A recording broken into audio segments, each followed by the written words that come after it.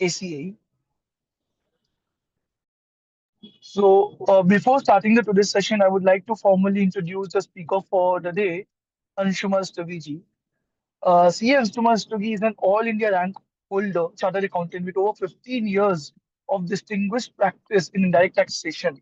She is a partner in Government Associates and has been specializing in GST from a very much before the GST came into practice.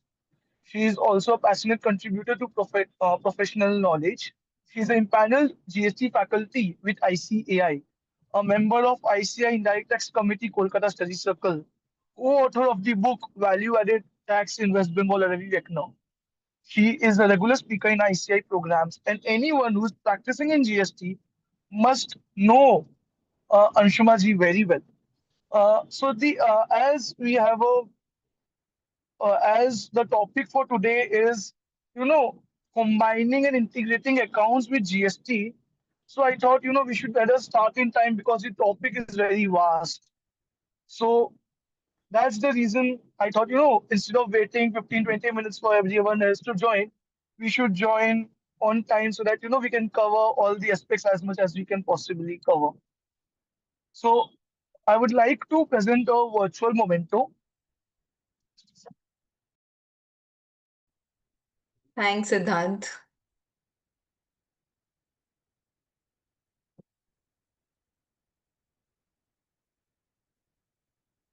Visible. It's just a virtual moment as a token of appreciation from Thank ACA you. Thank you so much. for you to taking out the time. Thank you so much. Sorry, I have got stuck somewhere.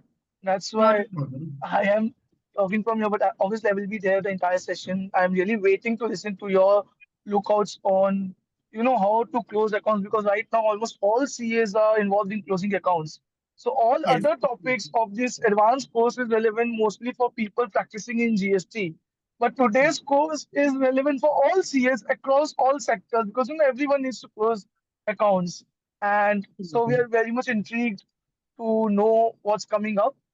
And I would like you to please take on the dais and continue, and we will have a more detailed question answer session at the end, and as you may like. Absolutely, Siddhant. Thank you. Thank you so much. Uh, should I share my screen? Yeah, All yes, right. please. Yeah. All right.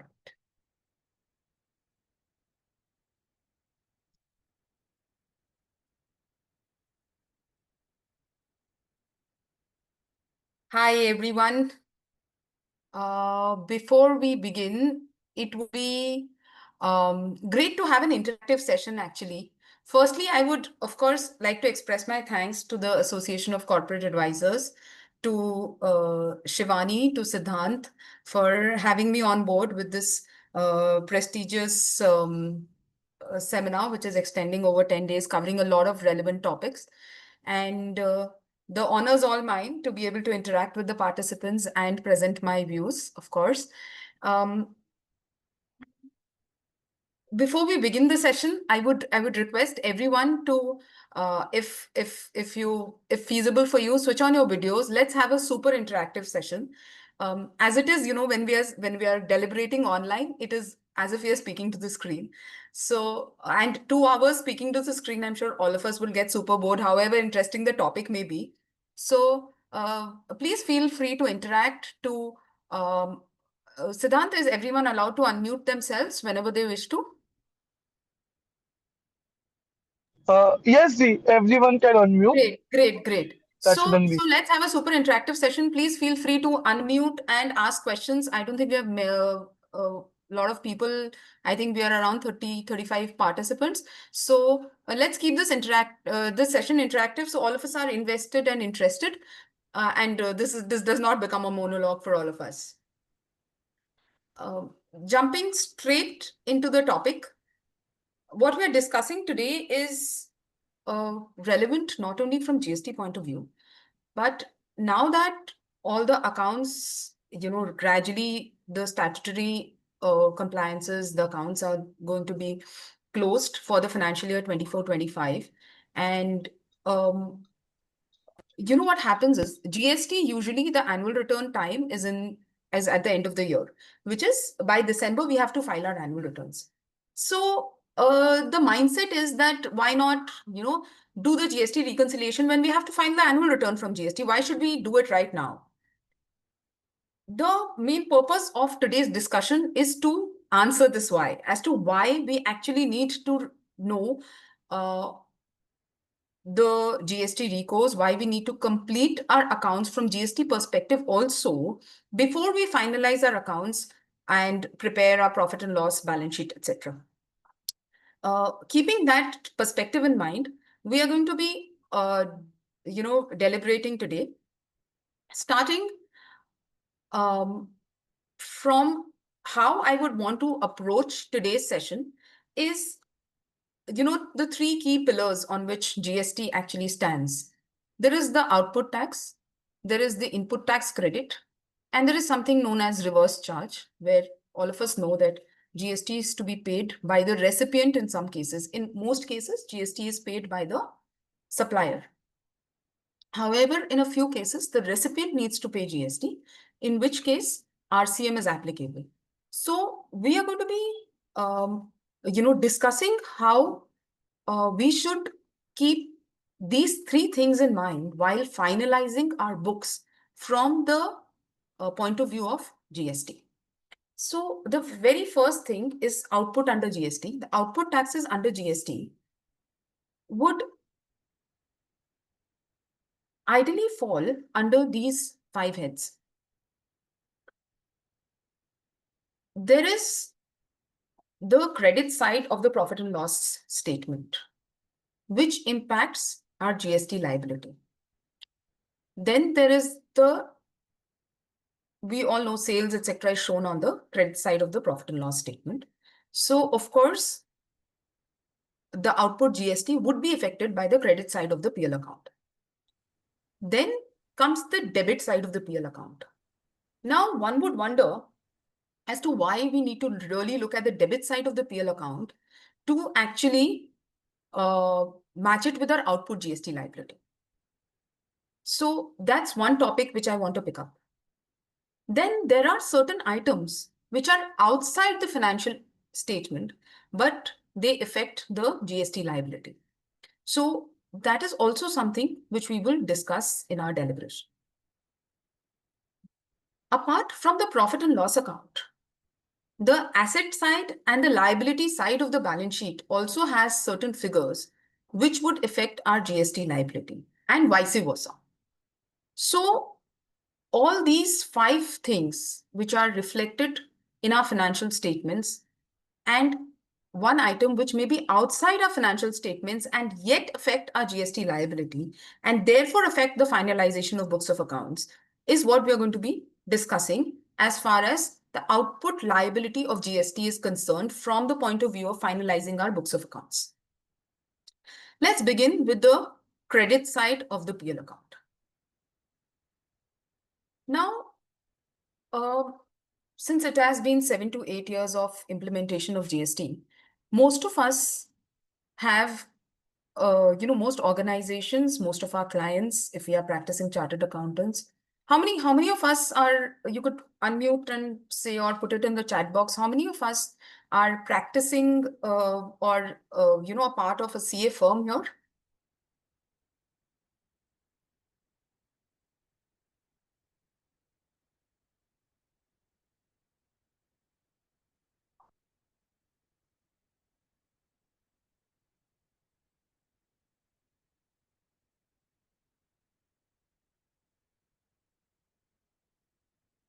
Yes, we will discuss the cases where RCM is applicable. All right, CA and legal firm practicing. Yeah. So most of us are practicing chartered accountants here who deal primarily in GST only, or we are also, we are also doing stat audit and finalizing books of accounts, etc., tax audits. Great. So Manpreet, you are practicing not only in GST, but also in audit and stat audit. So, most of us, we do practice as a whole, right? It is not GST only which we can practice in. Statutory audit is an important part. So Yeah, of course. Yes, the ranger. So yes, even in tier two cities like Calcutta, we are doing all kinds of work. So keeping that in mind, now with implementation of GST 7 to 8 years, you would see that if you pick up your client's profit and loss account and see the sales part of it, the sales could be of goods or of services. The sales portion is usually matched with the GSTR1. Because with the advent of technology, with the data being pulled in automatically from various kinds of softwares, the GSTR1 usually completely matches with your um, PL account. And then your GSTR 3B is usually the data is pulled from GSTR1 directly. So there is no mismatch there. Sometimes what we see is when we go to the credit side of the PL account, there are other things apart from your sales, which may be in the nature of miscellaneous income, incentives, rent, commission income, etc. Now, these kind of incomes may also attract GST and they do not form a part of the direct turnover. In which case, it is important that while we are closing our books of accounts, we match the credit side of the PL account with our GST returns, which is the GSTR 1 and 3B, whatever's output liability has been shown there, and make sure that we are not missing out any miscellaneous income, incentives, rent, commission, which is in the form of indirect income, and GST on the same has also been paid if applicable. A typical example I would give you of a proprietorship concern. In a proprietorship concern, usually, the balance sheet of the proprietor is different from that of the firm. So we've noticed that, the firm's balance sheet, the entire PL account, the sales side is usually matching with the GSTR1. Now, in one case, the proprietor had let out a property owned by him for commercial purposes. And the rental income was coming in their individual balance sheet. And no GST was paid on this rent. So these are certain things which we have to keep in mind while, closing our books of accounts and matching the same with the GST returns, and ensure that all kinds of indirect income also, if GST is applicable, the same has been paid. If not paid, we have time till October to show those invoices, pay the GST, and correct our GSTR 1 and 3. If in case in the books the liability has not been provided, the same should also be immediately provided. Now coming to the debit side of the P&L account. Um, what do you think on the debit side of the P&L? What are the expenses on which GST might be payable? I am not talking about RCM here. I'm talking about income on which GST is payable but can be set off against expenses. So again, a very typical example where let's say there is a um, transportation freight or packing delivery charges which you are collecting from your customer. Let's say you're selling goods. The goods are sold to the customer, and along with the sale value, you collect freight, packing, delivery, loading, unloading charges, etc. from your customer. So when you collect this amount from the customer, then GST is also applicable on this freight, packing, delivery, whatever ancillary expenses you have incurred on the customer's behalf, and you are collecting the same in the sale invoice. What happens typically in our books of accounts is that we set off these income against our corresponding expense head. Therefore, these reimbursement of expenses, though GST is applicable on the same, is reflected on the debit side of a PL as a set off against the expenses.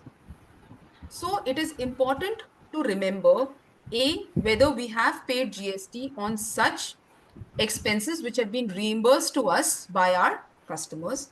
B, have they been properly disclosed in our profit and loss account, either in the form of other income or they have been set off against reimbursement of expenses. So this also forms a very important part of our reconciliation while matching our PL account. So you would invariably see that the GSTR 1 and 3B are showing excess payment or taxable value as compared to the sales which is shown on the PL account.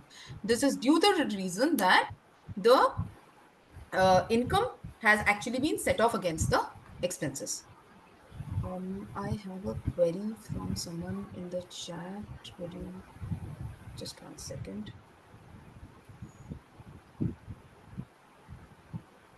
Yeah, so Dhirendra, just the example just that we just discussed is that we show the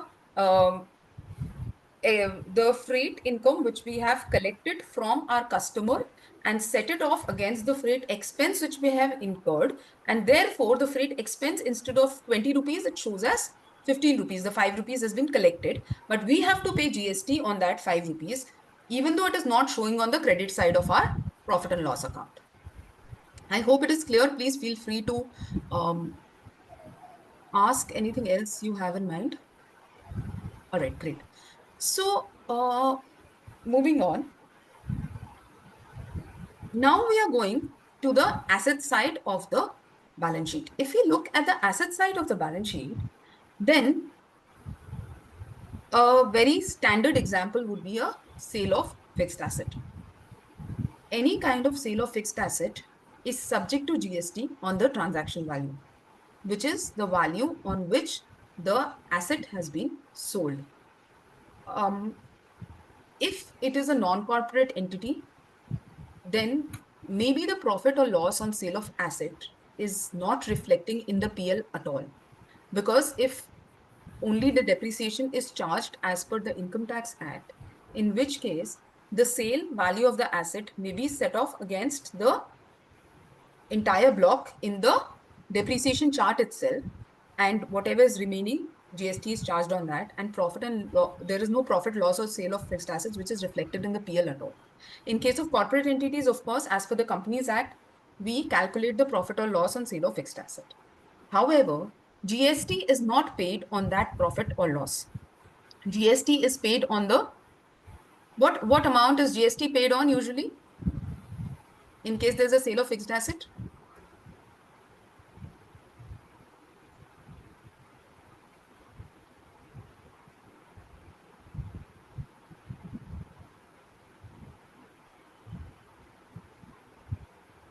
GST is paid on the transaction value. That is the value at which the asset is sold.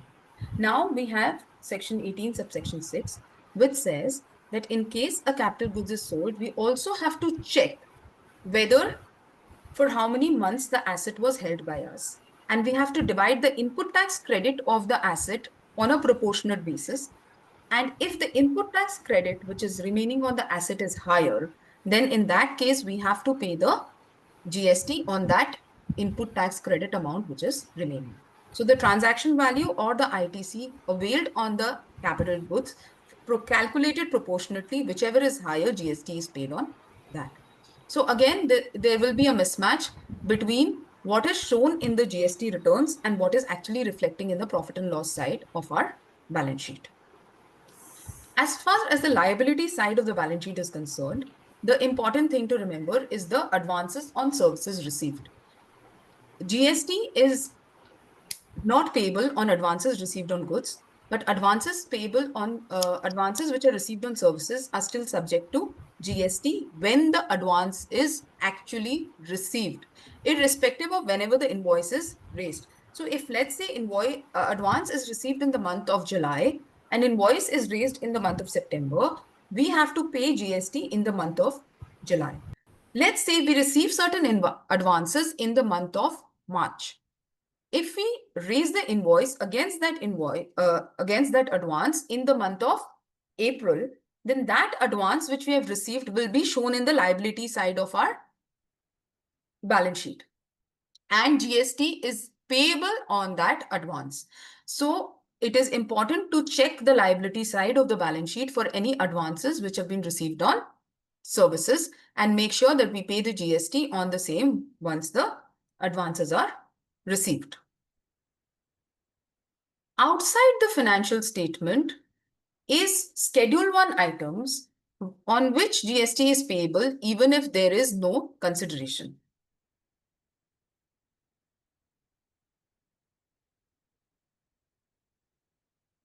In case of fixed assets, if the remaining ITC is greater than the output tax liability, we pay the remaining ITC. How do we make the entry in the books of accounts? I'll come back to this question once we finish our branch transfer, Birendraji. In case of branch transfer, in case of multiple GSTINs, so it is one Schedule 1 item in as per the GST law. There are certain items which are mentioned in the Schedule 1 to the GST Act, which says that even if no consideration is received on the transfer of such, or on the transaction, then also GST is payable. One such example, which typically happens in most cases, is branch transfer. So in case we have more than one GST, which again happens in case there are branches in more than one state, then when goods are transferred from one branch to the other, GST is payable on such branch transfer. However, in our profit and loss account, the branch transferred would be set off against each other, and the PL would reflect only the ultimate sale which is made to the customer. Interbranch transactions will not be reflected in the final profit and loss account. However, GST needs to be paid on the transfer from one branch on interbranch transactions, basically. So this is also one point which we have to keep in mind while reconciling our books of accounts with our GST returns. Coming back to Birendraji's question, where in case of fixed assets, if the remaining ITC is greater than the output tax liability, we pay the remaining ITC. In such a case, the GST which is paid is actually set off. GST could be paid either on the either using the cash balance or the credit balance. First, we have to create a GST liability. So the GST liability would typically be an expense wherein we will have to debit. The entry would go like this, where we debit the GST expense account and credit the GST liability. This GST liability account will now be set off against the cash or the credit ledger, depending on how we are making this final payment. And the GST expense would be shown as a expense in our P&L account.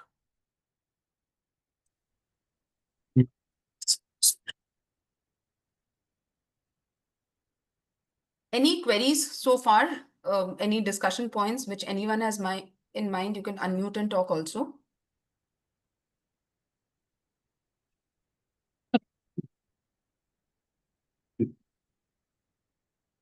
Will this expense be allowed as an expense as per the Income Tax Act? In my considered opinion, this expense should be allowed as an expense as per the Income Tax Act, because yes, because there is no specific bar again in any of the. I'll have to go back to the Income Tax Act and check, Birendraji. Give me an hour. I'll get back to you on this for sure. If I remember correctly, under the Income Tax Act, there is no specific bar which will not allow this GST expense to be allowed. But let me check. Let me check and get back to you on this for sure. So, since there are no other queries regarding the first discussion, we are moving on to the checks which we must keep and remember, the key compliance checks which regarding output liability, which we must keep in mind regarding GST.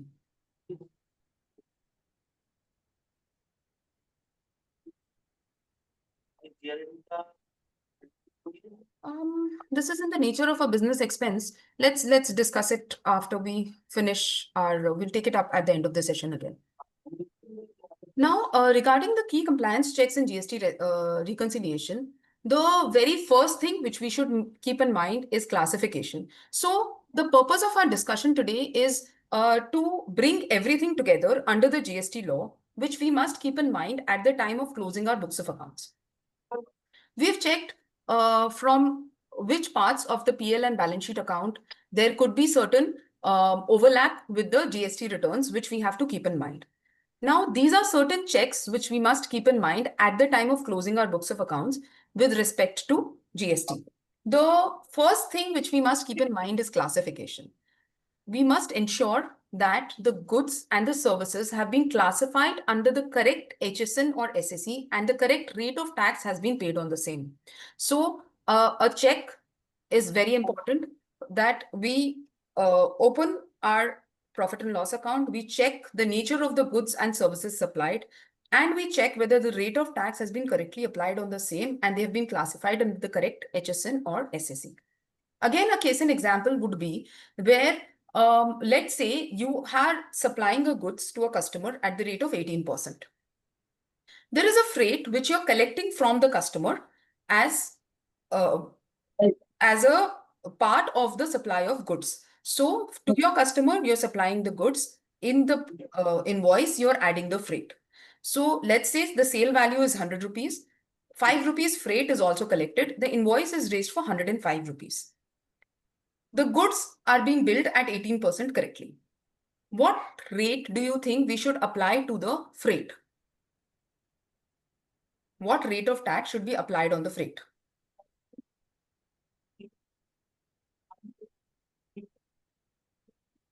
I have a few answers.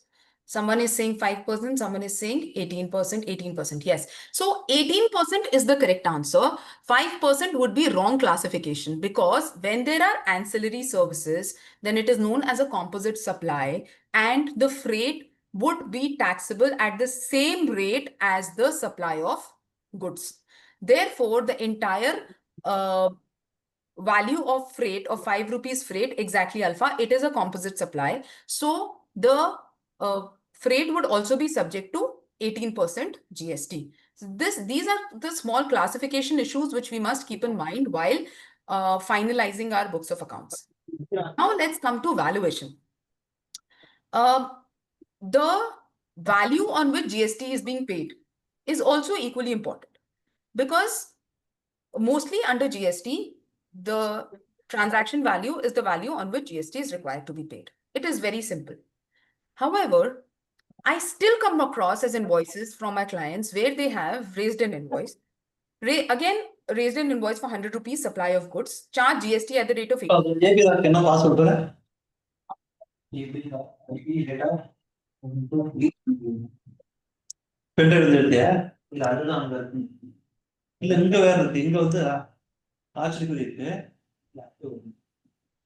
All right, yeah.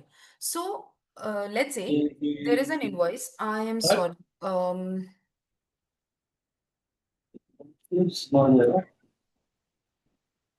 Someone wants to ask something or they need to mute themselves, please. Yep, right. So going back to our this thing, wherein there is so 100 rupees is the supply of goods, and what typically I've noticed in the invoice is 100 rupees plus 18 rupees, 118 rupees plus 5 rupees freight is collected from the customer. No GST has been charged on this freight collected. So again, at the time of finalizing our books of accounts, we have to make sure that from GST point of view, the valuation is correct. Another important example to remember is that interest on delayed payment, which we recover from our customers, if our customer has not paid us on time and we charge them interest as per contract, GST is applicable on this interest on delayed payment. Plus, let's say we've allowed some kind of discount. We have sold certain materials and we have allowed the discount to the customer. What are the two types of discounts which we usually allow to the customer? The one kind would be where we allow the discount. It's a trade discount which we allow on the invoice itself, right? Another kind of discount would be a cash discount, which is allowed at a cash and trade. Absolutely. So, Vedika, this cash and trade discount, what is the difference? What is the difference between a cash discount and a trade discount? A trade discount is usually, yeah, please go ahead. The cash discount is generally for prompt payment, Yes, and trade discount whereas it's in the general course of the business. For general example, course of the business. Now, suppose we have a discount wherein we give a discount where where a customer reaches certain volume of sales. What kind of discount would this be? These are generally actually post-sale discounts you're talking about. Post-sale discounts, yeah. So now let us classify our discounts allowed into two types.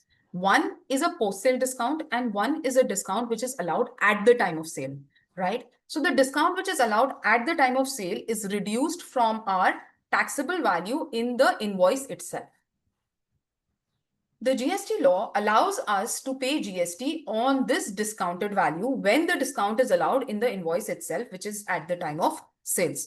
So 100 rupees invoice, 20 rupees is the discount. On 80 rupees, we have to pay GST. Now, cash discount, volume discounts, all these discounts, which are post-sale discounts, do we have to pay GST? Are we allowed to reduce our GST liability for these discounts or not? Let's say 100 rupees का sale आज हमने किया है customer को. Later, I gave them a discount of 10 rupees saying that you've reached a certain amount of volume or you've made me prompt payment. So I'm giving you a 20 rupees discount. Sorry, a 10 rupees discount. Now my sales effectively is 90 rupees because in the PL account, I would show a sales of 100 less discount 10 rupees, 90 rupees is my sale. Do I have to pay GST on the entire 100 or do I have to pay it on 90 rupees? Whether on this 10 rupees I can reduce my GST liability or not would depend on certain conditions. The conditions are that the first condition is that no, the 10 rupees also you are allowed to reduce your GST liability. Yes, section 15 is applicable, but also we have to keep in mind the conditions which will allow us to reduce this discount. The first condition is that the discount must be in relation to the credit note must be in relation to a particular invoice. We should be able to relate this credit note with a particular invoice, firstly. Secondly, the agreement for such discount must have been made before the sales was done. So the fact that you will allow this discount, that agreement should have been a pre-sale agreement. Yes. So Birendra ji, when I receive credit notes from my vendor and declare it as an indirect income, in a lot of cases, especially in case of scheme discount, incentives, etc., these mobile phone companies, which are large distributors of phones, the department has time and again said that this scheme incentive is actually your income and you should pay GST on the same. Therefore, a very good way, the fact that we were discussing the PL account during statutory audit, a good way to not declare this discount as an indirect income is a very good idea. We should actually set off this discount against my purchases so that it is not shown as an income in my PL account. Even if it is shown as an income in my PL account, this is actually in the nature of discount allowed by my vendors and it is not in the nature of supply. And therefore, there should not be any GST which is required to pay on this income. The next important thing to remember is the time of supply. The time of supply matters. We have to ascertain what is the time of supply to make sure that GST is paid on time. Because if the GST payment is delayed, interest at the rate of 18% per annum is applicable. So it is important to keep in mind that the GST is paid on time. Time of supply would actually govern the time when the invoice should be issued under GST. Delay in issuing of invoice also leads to interest under GST. Therefore, it is extremely important that the time of supply provisions under GST is adhered to.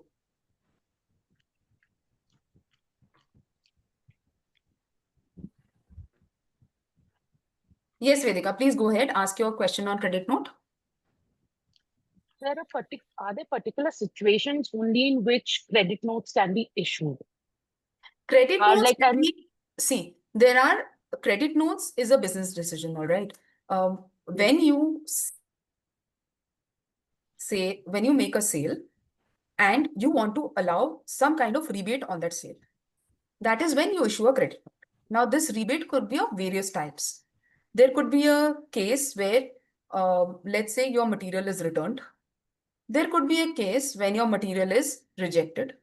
There could be a case where the material is found defective and you have to raise a credit note for the differential amount.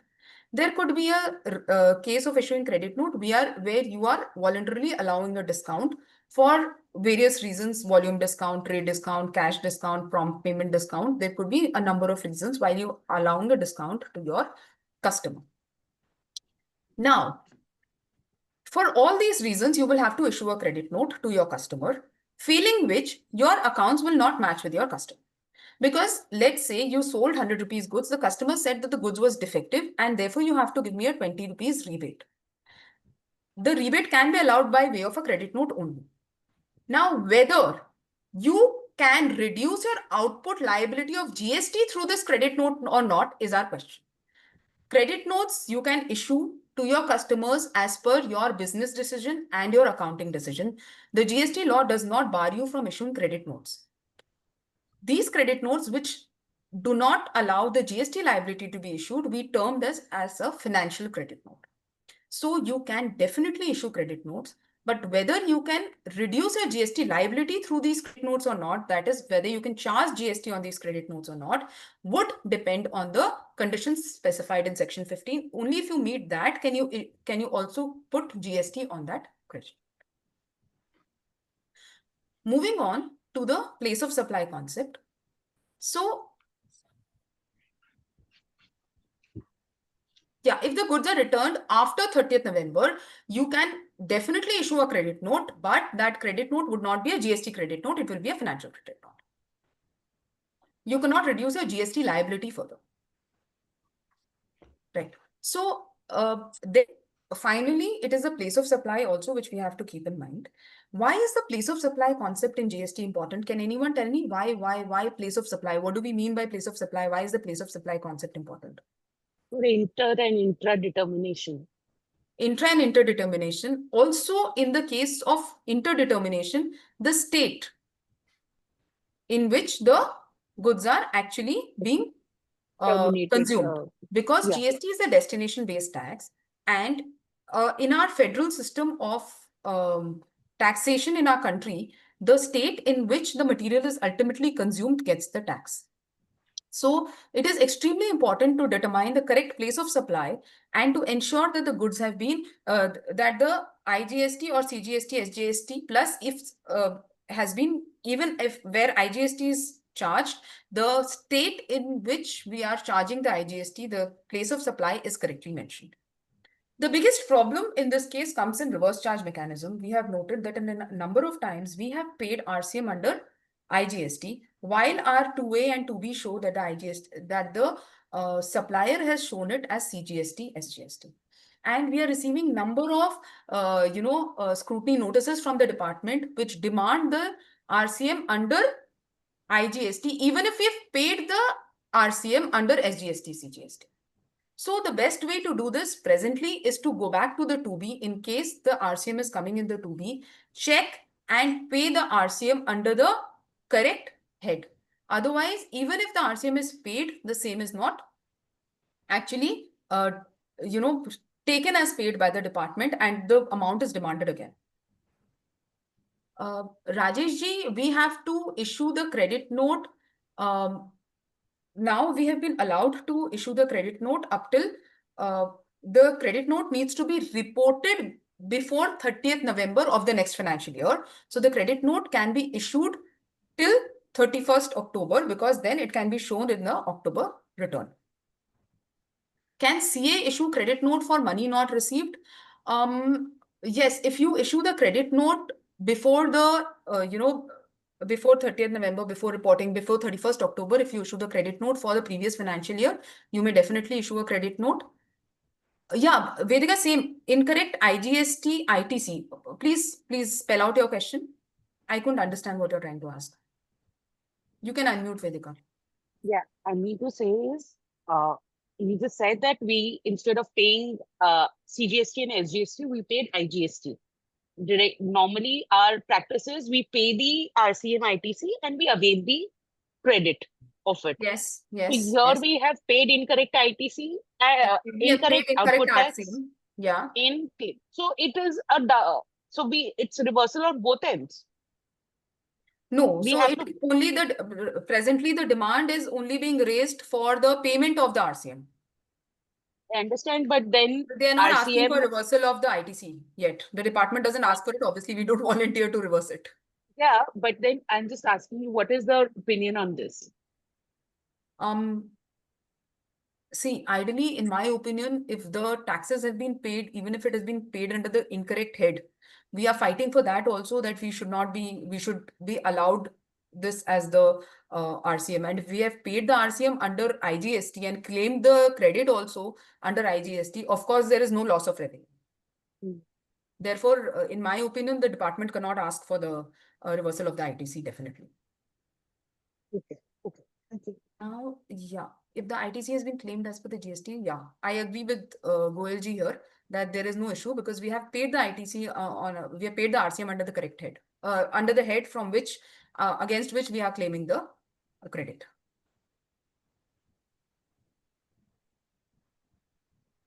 We have one more query. Non-receipt, short receipt will not trigger section. So I think credit note issued can be challenged. Yeah, so see, actually the credit note which we issue, we should not issue it saying that there has been a non-receipt of payment. The credit note should be worded like that, saying that it is a deficiency of service. The credit note has to be worded in that manner there, and it should not show that, you know, there is a non-receipt and therefore we have issued a credit note. You're very right, Jigar.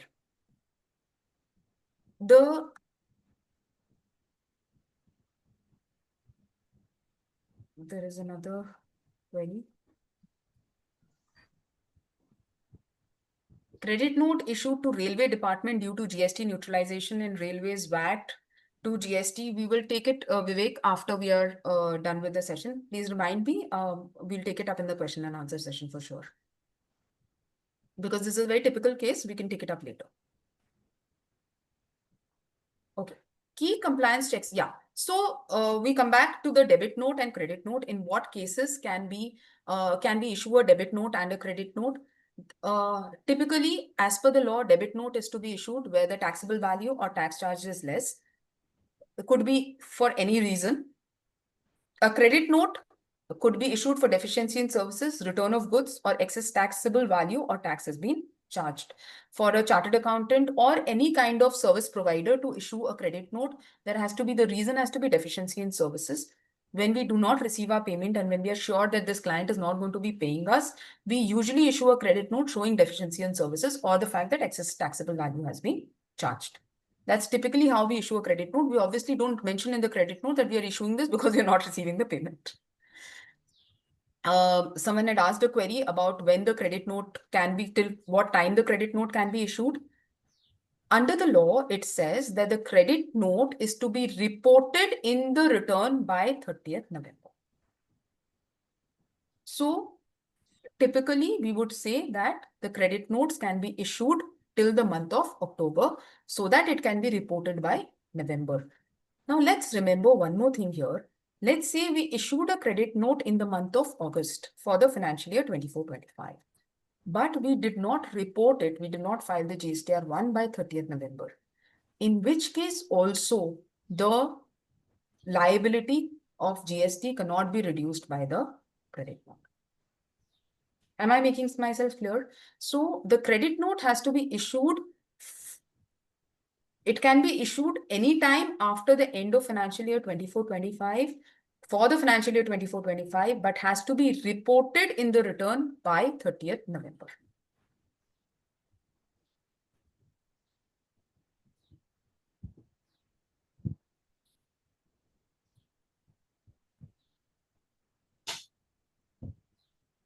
Okay.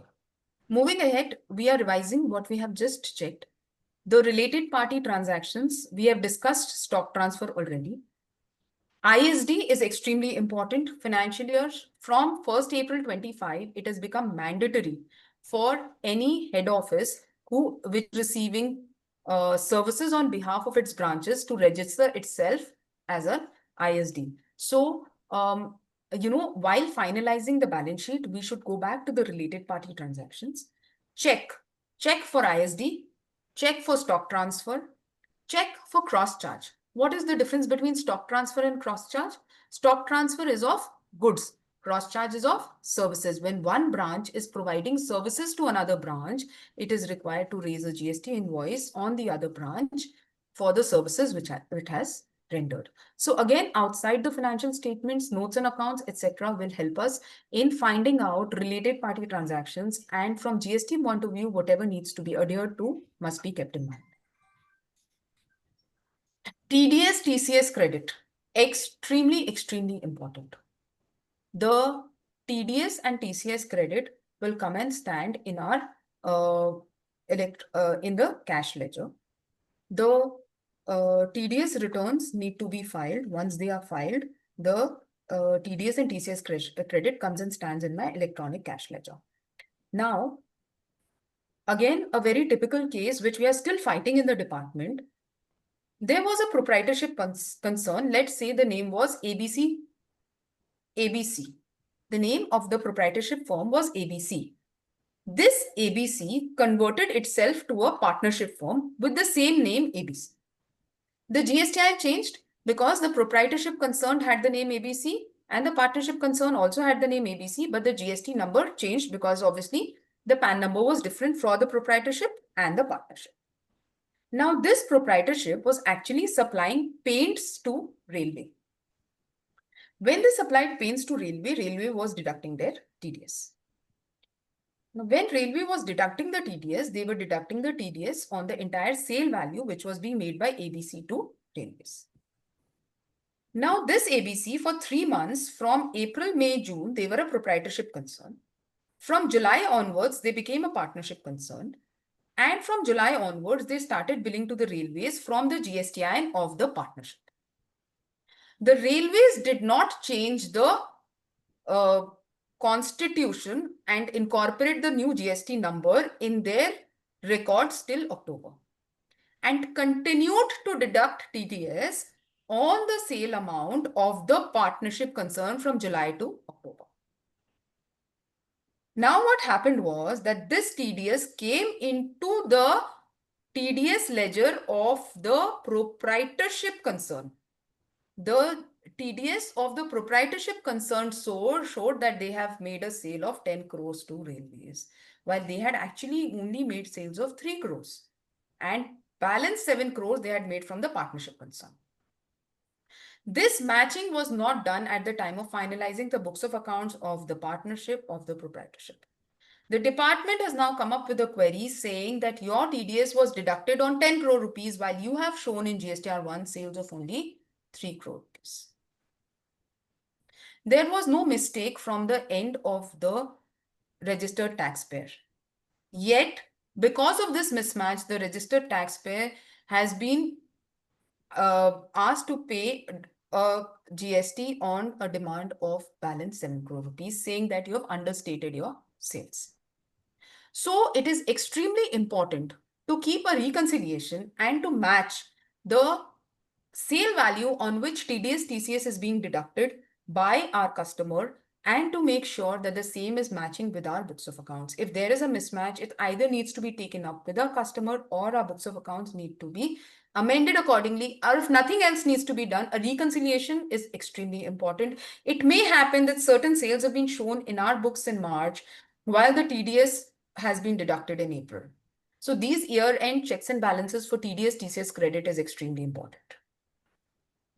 Job work to be kept in mind, that all goods, we'll discuss job work in detail in the coming slides also, that all goods and services which have been sent out for job work, we have to make sure that they are received back within 1 year.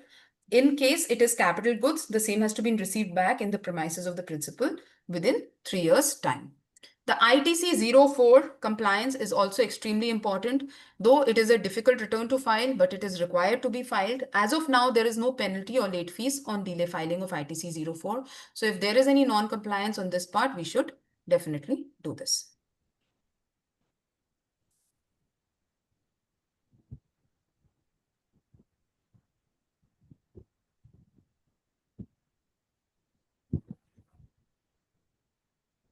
Any export transaction, these are few things which must be always remembered.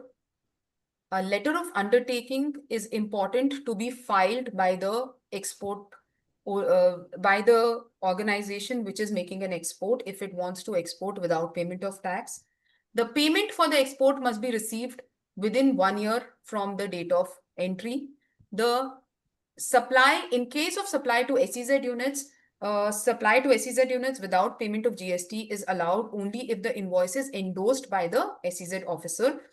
Effective 1/4/2003, the GST law says that only authorized operations, only goods and services supplied for authorized operations of SEZ units will be treated as, uh, zero rated supply.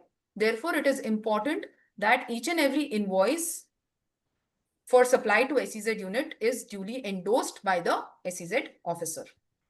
In case of merchant export, 0.1% rate, wherein you are selling to a person who in turn is exporting your goods, in which case tax is applicable at 0.1% rate, but there are certain important items to be kept in mind. Notification number 40/2017 lays out conditions. These conditions must be met. I am not going in detail in these conditions because then we will not be able to discuss the other things which we want to discuss. However, these are few points which must be remembered at the time of auditing export transactions from GST point of view. Other things which must be kept in mind while doing GST reconciliation of outward supplies, e-invoice reconciliation. We issue an invoice in our books of accounts. The e-invoice is generated back to back. Later, we make an amendment to the invoice. The e-invoice cannot be amended. Therefore, when the e-invoice is pulled by the GSTR1, it would be different from the invoice which is generated in our books of accounts. In certain cases, we have noted, especially in case of our clients who are little, who are of the MSME size, they have forgotten to generate the e-invoice. The sales invoice has been generated in the GSTR1, but e-invoice has not been generated. Going forward, as we were discussing earlier, the cases where mismatch between the sales GSTR1 and GSTR3B is going to reduce because of automation. However, these are certain issues which the department will still keep raising, one of them being the e-invoice reconciliation. In case e-invoices are issued of a higher value, and in GSTR1 we are reporting invoices of a lower value, we must have the necessary reconciliation available with us to make sure that we are able to provide these details to the department when a scrutiny comes 3 to 4 years later. Or if corrections are required either in the books of accounts or in the GSTR1, or the fact that an e-invoice has not been issued, it is important that we make this year-end reconciliation and issue the GSTR1. Correct our books of accounts.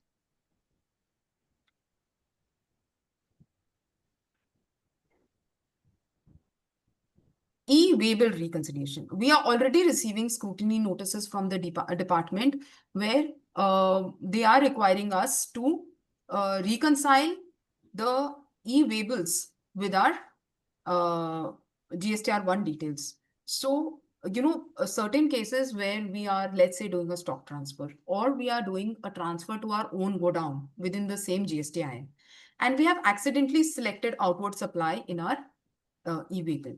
That gets marked as a sale in the e-waybill portal, but it is actually not a supply. It was just transfer from one godown to the other in the same GSTIN, and no GST was required to be paid on the same.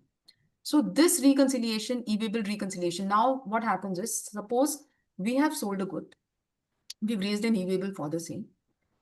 Before dispatching the goods, we receive a rejection, or we are told by the customer that don't dispatch the goods, and we raise a back-to-back credit note. The e-waybill has already been raised while the goods have not actually moved. So the e-waybill portal has captured the e-waybill. You have not actually issued, you have not actually moved the goods, and you've issued a credit note. The GST is paid on a smaller amount than what actually reflects in the e-waybill portal. Again, the department will have a query as to why you've paid less GST. So to reconcile this 4 years later, when the scrutiny notice actually comes, may be a big task. A. B. In case there is any issue with our sales in our books of accounts, or if the GSTR 1 has been wrongly filed, the e-waybill reconciliation will help us correct this. Another important thing to remember is that the GSTR 1 is allowed, any invoice in GSTR 1 is allowed to be amended only once. So if the invoice is amended once, it cannot be amended again.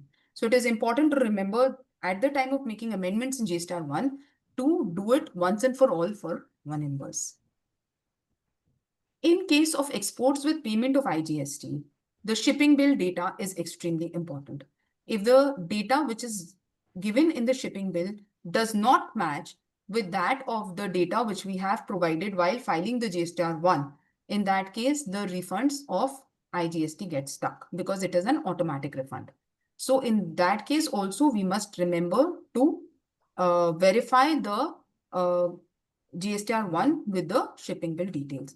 Why is this all forming a part of our year-end reconciliation? Is because the GSTR 1 can also be amended till the October GSTR 1. Before 30th November, we can make amendments. So it is important that we do all these verifications right now. In case any amendments are required, we can incorporate the same in the GSTR 1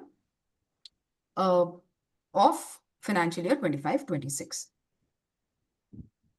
Lastly, the exempted supply.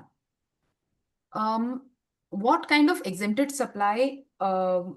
We will come to a detailed discussion on that sheet, and then let us discuss exempted supply. Meanwhile, any questions on this sheet? I will take it up, please.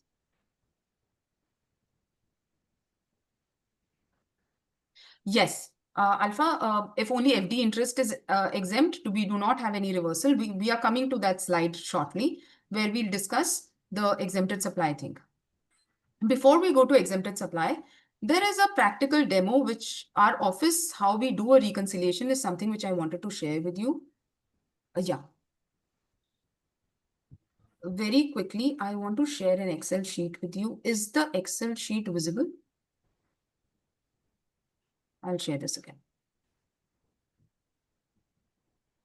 Yeah. The Excel sheet is visible now.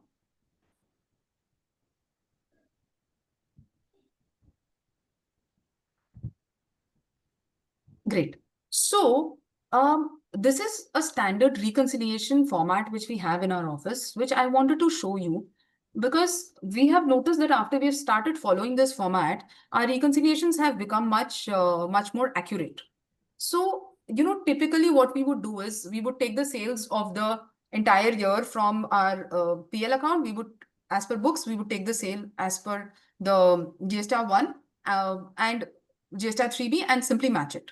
Instead of that, what we have started doing in our office is we have started segregating the sales from our books of accounts into these heads, which start from the B2B, the B2C, export with tax, export without tax, SEZ supply with tax, SEZ supply without tax. These are certain heads. You can note these heads down. Debit notes, B2B in the books, debit notes, B2C in the books of accounts. Any debit notes for export, credit notes B2B, B2C, and credit notes for export. This is the entire information which we capture from, firstly, from the books of accounts. Once this information is captured from the books of accounts,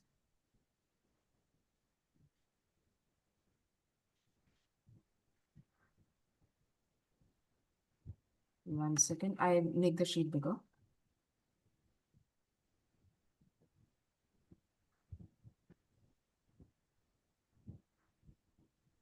Yeah, Renuji, I will come to your query also. Let me first finish this reconciliation sheet. We'll come to the exempt supply. Yeah. Is this sheet better visible now?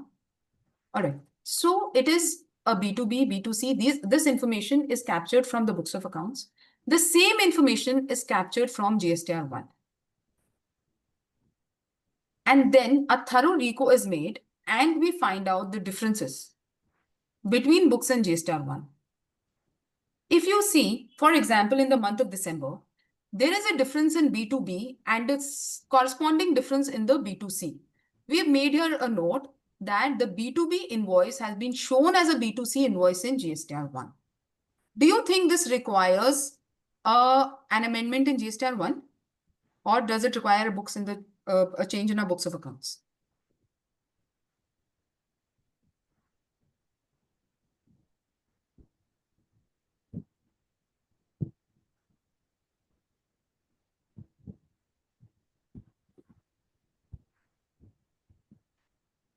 The R1 needs to be changed, right? Now, if we did not make a detailed reconciliation, would we have known that we need to change our R1? The net sales or the net taxes is 0. If we see for the month of December, net sales, there is no difference at all, which is why this detailed reconciliation is required. Now, if we do not make this amendment in the R1, have we paid the entire taxes? Is there a loss to the revenue? No, there is no loss to the revenue because we have paid the taxes. The loss is to poll traders, our customer, who will not get the GST credit. So even though there is no loss to the revenue, and even though the department may not take us up on this, the poll trader will not get the due GST credit, and they would come back to us 1 year later saying that we did not get the GST credit because you did not file your returns correctly. Therefore, it is extremely important to make a detailed reconciliation. This is just one example. There are a number of other examples where this reconciliation has helped us in reconcile. So this is the debit notes B2B. In our GSTR 1, we have shown it as a debit note, while in the books of accounts, this was coming as a B2B sales. Again, important to remember that which head it should have gone to. We go back to our books of accounts, check whether our books of accounts have been incorrect or the GSTR 1 is incorrect.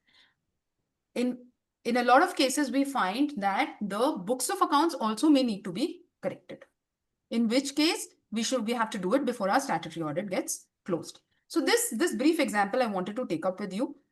We do a similar thing for the taxes also for our output liability. When we discuss the input, we'll come to the input and RCM also. If you see the taxes also we have done here, we have taken B2B, B2C, we have taken all the heads and we have matched it with the books in JSTAR 1. There is a difference between books and 3B also, which we have recorded. And in case these taxes are short paid, we can pay in the subsequent 3B, or we can use our DRC 03 to make the payments. All right. This was one thing which I wanted to share with you guys so that, it could help you also. Going back to our presentation for today.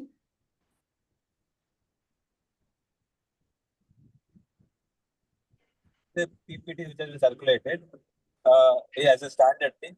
Furthermore, adding something, I think somebody else should take and apprise it, and institute material gets reviewed with one person. Sorry, sir, I couldn't hear you. Could you repeat, please?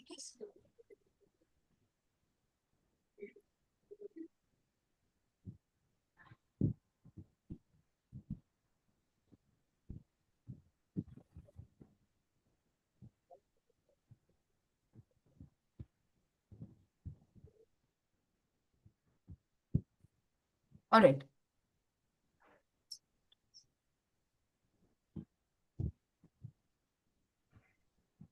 Okay. So, yeah, now very quickly moving on. There is a 26 AS reconciliation, which may also help us, where usually we don't match our 26 AS for the purpose of GST. We simply, 26 AS is for matching our income from the PL account for the purpose of our income tax return filing, etc. Now, for the purpose of GST, 26 AS can help us in case of certain services. If we are supplying services and TDS is being deducted on this, we definitely, the 26 AS can be a basis where we can match the invoices which have been on TDS, which have been deducted on our invoices, and whether the same has been reflected accurately in our GSTR 1. The difference in timing of reporting will also be important, and whether TDS on advances or exempt supplies have been paid on the same or not. That also 26 AS can help us in identifying.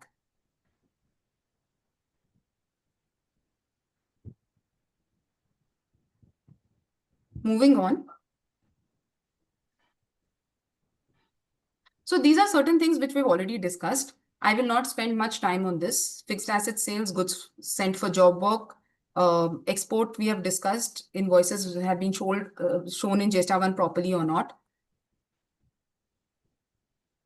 Our next discussion would be on input tax credit. We will take a short 5 minutes break and come back to the discussion on input tax credit. It's 6:05, sharp 6:10. We will start our discussion on input tax credit, please. Meanwhile,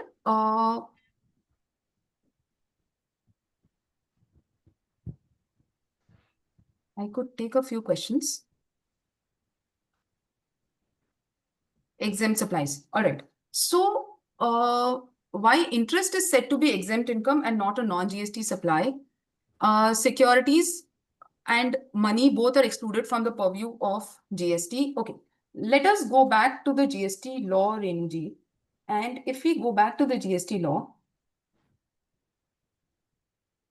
we are going to the definition of exempt income. I'm just opening the definition and reading out the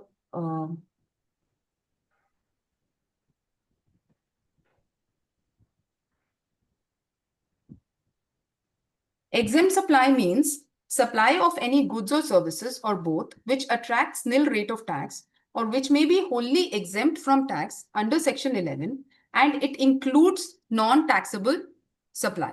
Okay, so though securities and money are excluded from the purview of definition of goods, but the interest on the same is, let's go back to the definition of services also.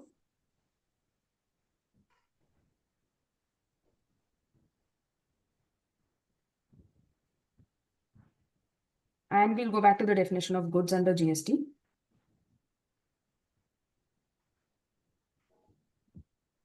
And then we will read notification under section 11, which requires us to actually, which classifies the interest income as exempt income.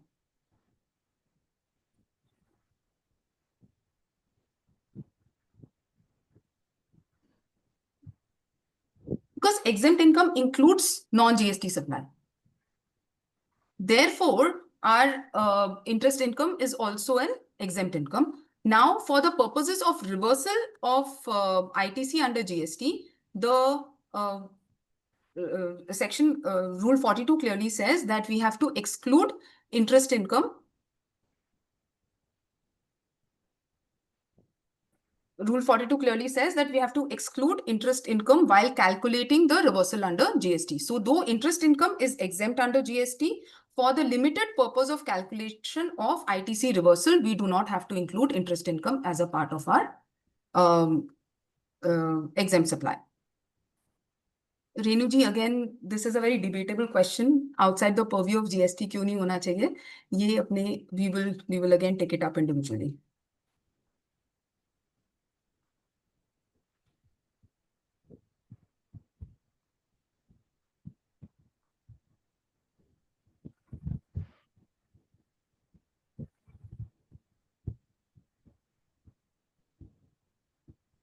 Yes, as of now, we are treating interest income as exempt income, and therefore we do need GST registration if the interest income, because exempt income forms a part of total turnover for the purpose of calculating the GST credit.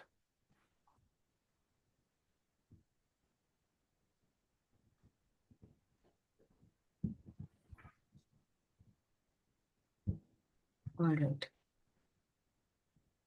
Okay, then we could, I think, proceed with our input tax credit session.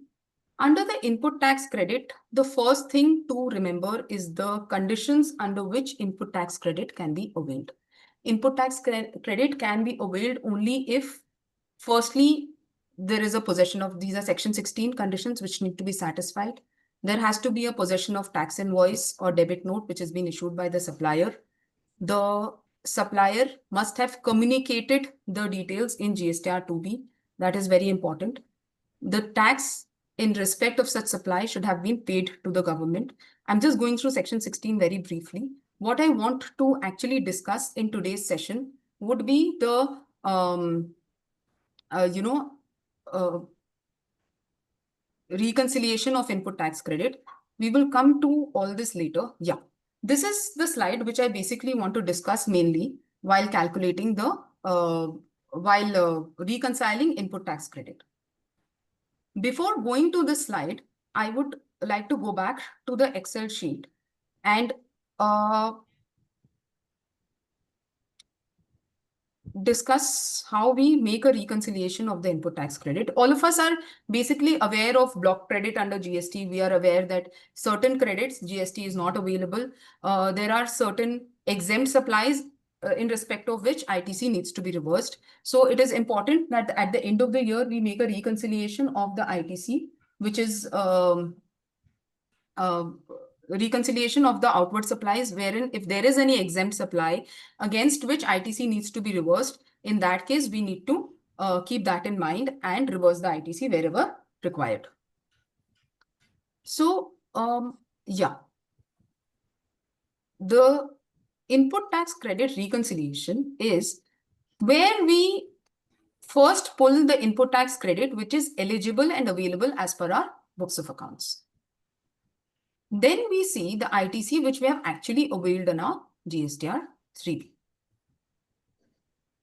And then we check whether we have availed any ITC in respect of the previous financial year. All right. So we check the GSTR 9 of the last financial year and see if there is any ITC in respect of the previous financial year also, that we put it here. And ultimately, we see whether ITC has been claimed in GSTR 3B as per books of accounts. Is it more or is it less? In addition to this reconciliation, we make another reconciliation wherein, are you able to see my Excel sheet?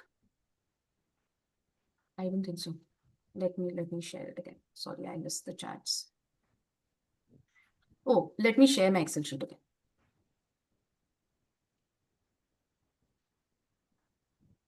Yeah, is it visible now? Yeah, let's go back briefly. So as per the books, we enumerate the figures of ITC. We put in the figures of ITC which we have availed in our GSTR 3B. In the books also, we segregate the import IGST and the IGST separately. Then in the GSTR 3B, we put the figures of our input tax credit. And then we check whether in the books versus 3B, okay, this is the figure which we got from the GSTR 9 of last year, because this is the ITC of last year's books which we have availed in our 3B in the current year. After that, we find out whether overall we have claimed less ITC or excess ITC. In case we have claimed more ITC than is reflecting in our books of accounts, then we may need to reverse the same in our GSTR 3B, which we are filing for now, or paid by DRC 03. If we have claimed less ITC, what is the reason for the same needs to be evaluated. Coming back to my presentation, I have taken a case study which may help you understand this better.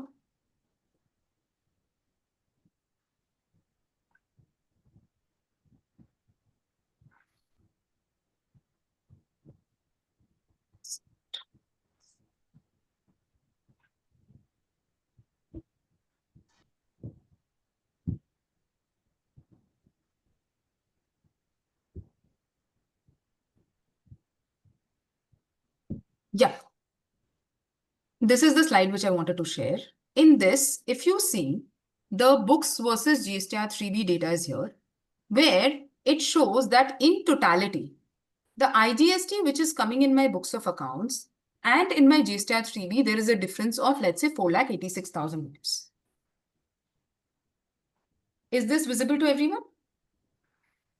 Now what is happening is that we have claimed less ITC in our GSTR 3B as compared to our books of accounts. Then what we have done is that we have made a reco of our inputs as per books of accounts with the input as per GSTR 2B. When we make this reconciliation, we see that the input which is being shown in our books of accounts is more than the input which is showing in our GSTR 2B. And we break it up and find out the reasons for the same. We see that there is certain credit which is coming in our books of accounts but not coming in 2B.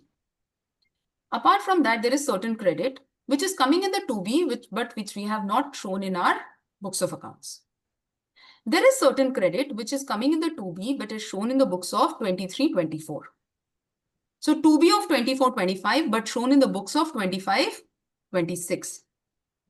Again, it could be the other way around where the credit is being shown in the books of accounts of the current year, but in the 2B of the earlier years, and similarly in 2B of the subsequent year. Now, when we discuss this difference of 4,86,000 rupees, can you tell me which of these reasons can be the reason for the credit that we have claimed less in our 3B, though we have the credit in our books of accounts? We are assuming that in our books of accounts, the correct credit is showing, ineligible credit is not showing, only the eligible credit is showing.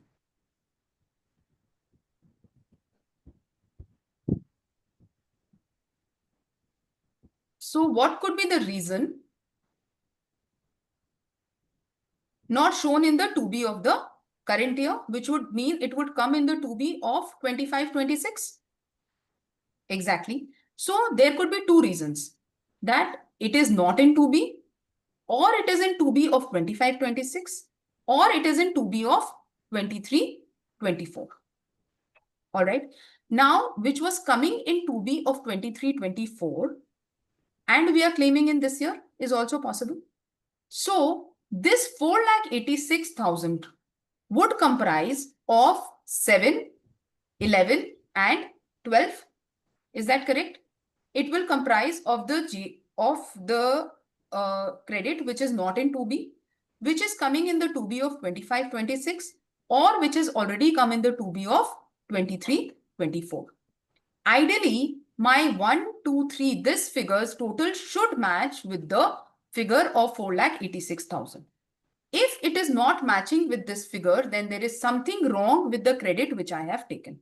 Either I have taken excess credit or I have taken less credit, and it requires me to go back and check my reconciliation. We are not doing a detailed reconciliation right now. What we are trying to do here is to find out the method and which are the key points which we must keep in mind while doing our year-end reconciliation. The other thing is not in books. This row 8. There is certain credit which is coming in the GSTR 2B, but we have not availed of that credit. It is very important to analyze the detailed invoices of this. Now, what can be the reasons for an invoice which is being shown in the 2B, but we have not claimed the credit of the same in the books? What can be the various scenarios?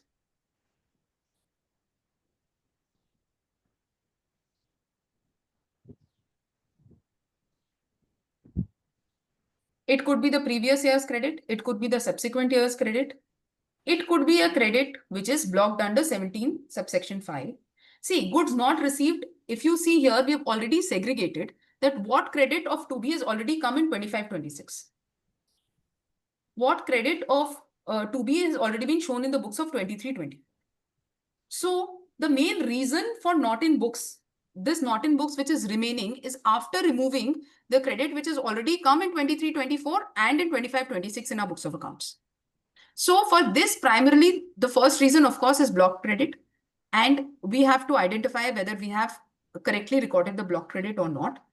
And it could be that there is certain entries which are incorrect. 2B is one thing where we have filed the JSTR, where the party has shown in JSTR 2B, but we are not, it is not our invoice at all. Or it could be that the entries in our books of accounts are pending. For the closure of books of accounts, it is important to remember. Now, you know what happens is when we start closing the books of accounts, there are certain expenses like bank charges, traveling expenses, for which we have never received the invoices. And it is when we open the 2B, we realize that there is certain credit which is eligible for us, but we have not made, we have made the entry of the expenses maybe, but we have not taken the GST credit because we did not have the tax invoice. it could be that the director has booked the traveling expenses through their credit card. Now, when the expenses is booked through the credit card, the invoice goes to the personal email ID of the director maybe and has not. So the expense has been booked from the card, but the GST credit has not been taken in our books of accounts. So these kind of entries, it is important to reconcile this before finalizing a books of accounts. If there is certain credit which we can avail, we can definitely improve our books of accounts and take the credit on the same. Yes, so two main reasons: block credit, missing entries, of course, incorrect to be in case the supplier has given our GSTIN by mistake, which very rarely happens, but it could be a possibility also. Okay, now this blocked credit is required to be shown in our GSTR1. 1 second, I would like to go back to the previous slide.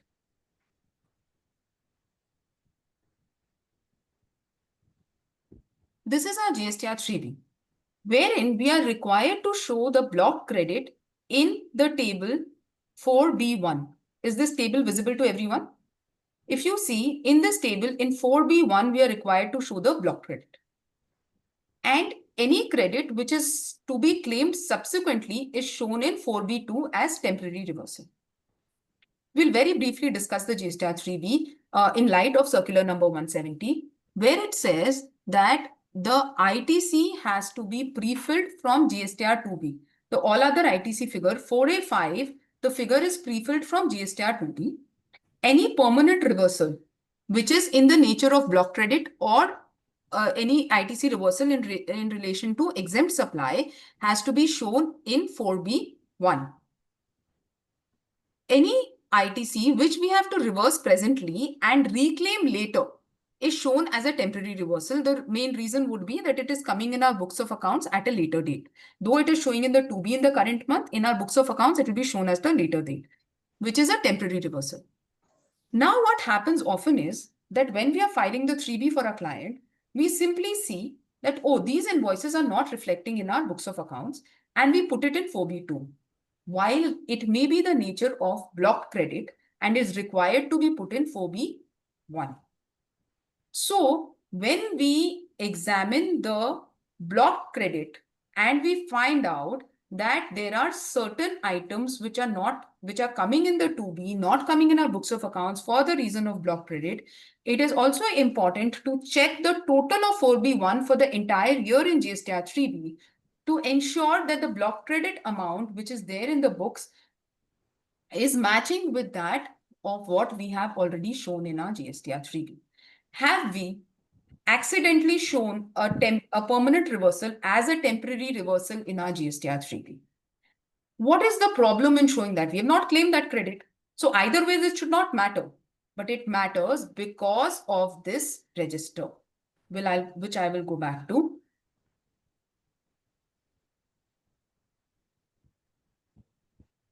This is the electronic credit reversal and reclaim statement.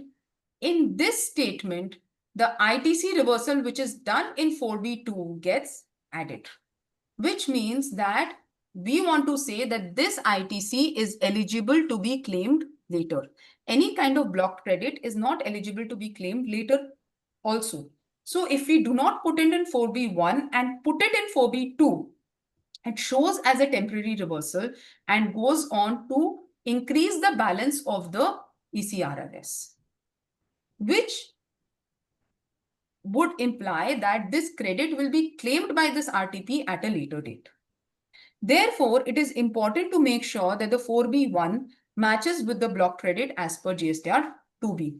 If it does not match, it is a good idea to rectify your returns and show the block credit in the correct place. Otherwise, the ECRRS balance is inflated in your GST dashboard, which is an incorrect balance. Very briefly, I'll discuss the electronic credit reversal statement also, since we are discussing block credit here. So when we go through the 3B form, we see that the all other ITC is pre-filled from form GSTR 3B.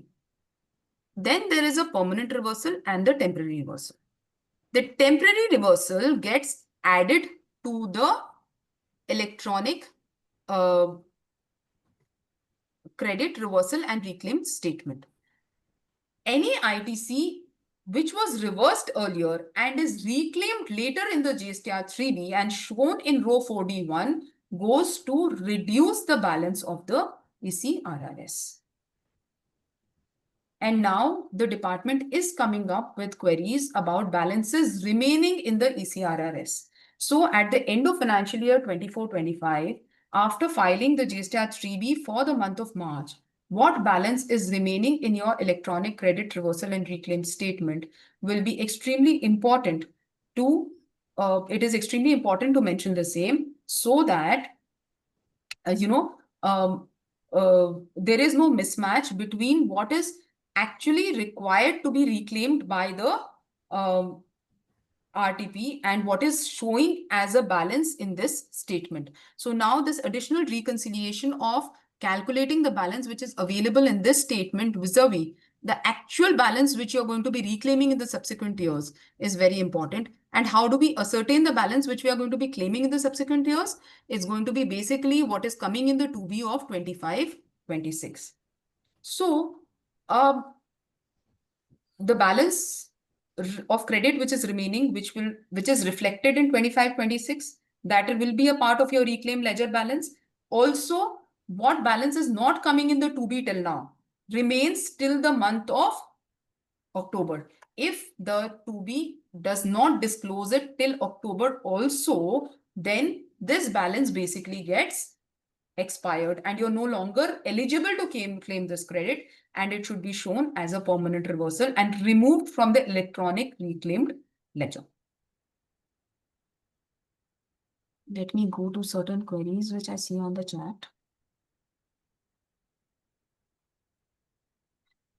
Yes, Mr. Sinha, this is a very important issue which I wanted to discuss.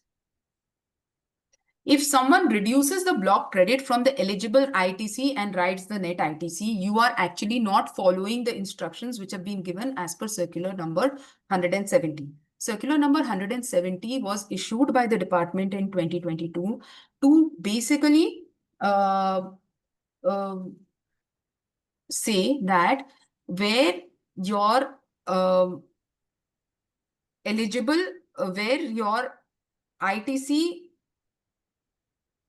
is required to be disclosed in a certain manner. Now, what was happening was that some people were showing in JSTAR 3B, let me go back to the sheet of JSTAR 3B before explaining this thing. Yeah.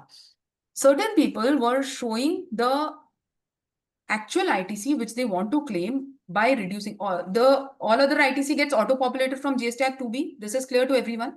Now, suppose in the JSTAR 2B, the auto-populated figure here was coming as 100 rupees, let's say in CGST and 100 rupees in SGST.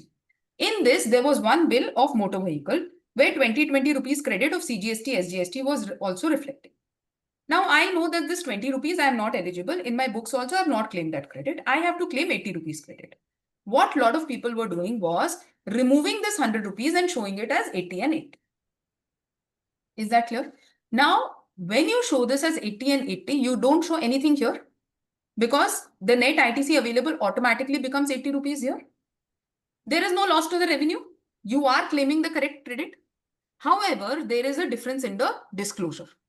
To eliminate this kind of confusion, the department came with clarifications in the circular and has clearly said that you do not tamper with this ITC. This ITC comes from the JSTAR 2B and has to remain here. Please do not change it as per your whims and fancies. Any kind of permanent or temporary reversal has to be mandatorily disclosed either in 4B1 or 4B2. Then in case you are reclaiming any credit which you had reversed in the 4B2 earlier, in which case you can increase the ITC here. So this ITC column can be touched to increase the balance but not reduce the balance which is auto-filled from GSTR 2B. Is that clear? We can only change this balance to reclaim the ITC and disclose that figure here. Mandatorily required. This is a disclosure figure. This does not change your ITC balance, but we must disclose it here because this will go and affect your electronic credit and statement. The reclaim ledger will be affected by this amount. Therefore, if the net ITC is being shown here after reducing the blocked ITC directly, though it is not a violation of the act per se, but the disclosure requirements as per the circular are not being met. And in future, I would recommend you to follow the circular to help you deal with departmental notices in a better manner. Because the department will invariably say that how do I justify that you have shown this 20 rupees? What they will do is they'll pick up the GSTAR 2B, see the the block credit in GSTAR 2B. They will say this motor vehicle credit was blocked. They will calculate throughout the year. They will take your GSTAR 3B, see 4B1, and they'll say no ITC has been reversed in 4B1, and therefore you have claimed this block credit. It's going to be the simple contention from the department going forward. So for the ease of departmental representation and to make sure that the circular is followed, it is always advised that the ITC reversal is separately shown in 4B1 and 4B2. Circular number 170 is the circular. I will give you the exact. It's circular number 170/02/2022. Please go through the circular. It's extremely important. While filing your GSTR 3Bs, etc., please advise your clients also accordingly. And you should also make sure that if you're filing the GSTR 3B, you're following this circular.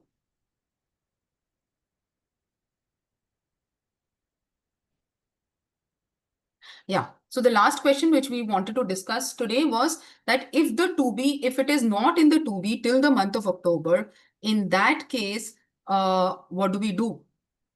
What do we do? Do we still are we still allowed to carry forward this credit as a temporary reversal? We are not allowed to carry forward, and from the electronic reclaim ledger, this credit should be removed. Now, a very pertinent question, which we are, and it's a challenge which we are facing, is that the credit has already been shown as a temporary reversal. It is already going and standing in the balance of the, we have seen, in the balance of the ECRRS, this ITC reclaimed is all ITC reversal is already added to this balance. Now, how do we remove this from the ECRRS? We have not claimed this credit in our 3B. So, what do you suggest? How do we show this? How do we remove it from the ECRRS balance?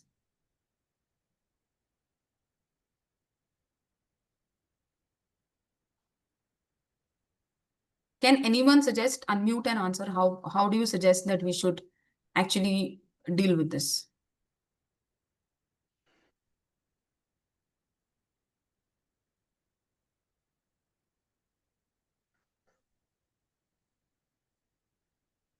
Any suggestions?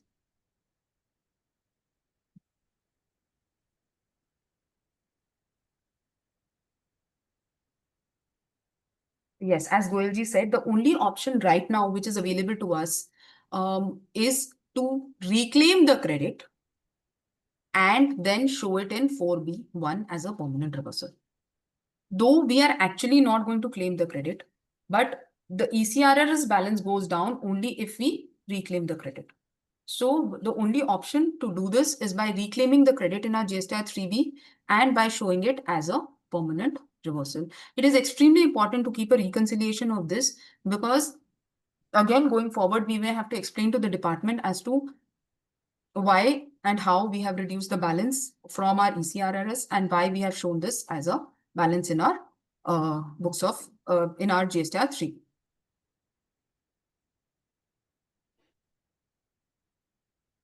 All right.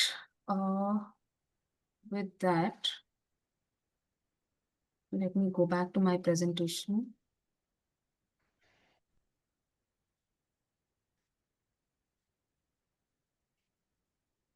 Yeah.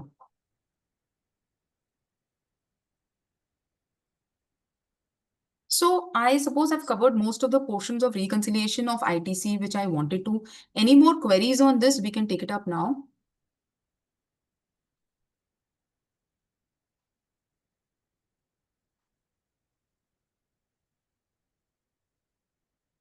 I'll wait for a minute for any queries on this before proceeding.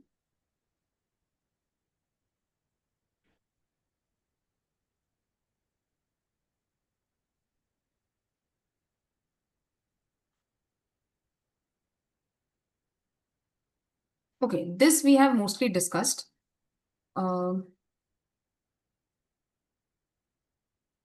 Okay, payment within 180 days is extremely important. It is important that we pay the vendor within 180 days. Sorry, yeah. If the payment is not made within 180 days, in which case the second. Yeah, if the payment is not made within 180 days, in that case, we have to reverse the credit along with the interest. And the interest needs to be paid from the date of the original invoice.